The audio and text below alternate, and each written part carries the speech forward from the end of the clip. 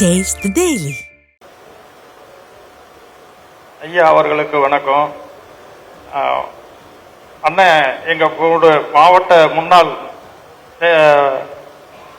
அமைச்சர் அவர்களுடைய உதவியுடன் இங்க பேச எனக்கு வாய்ப்பு கொடுத்த ஐயா அவர்களுக்கும் வருங்கால நாளைய முதலமைச்சர் அவர்களுக்கும் நன்றியை தெரிவித்து, இந்த விவசாயிகள் ரொம்ப கஷ்டத்துல இருந்த போது அந்த பொருட்களை கொண்டு விற்கிறதுக்கு எங்களுக்கு சரியான விலை கிடைக்காம இருந்தது.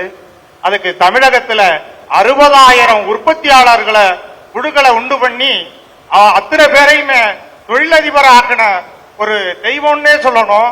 அதற்கு செஞ்சு கொடுத்த முதலமைச்சர் ஐயா அவர்களுக்கு நன்றியை தெரிவிக்கிறேன்.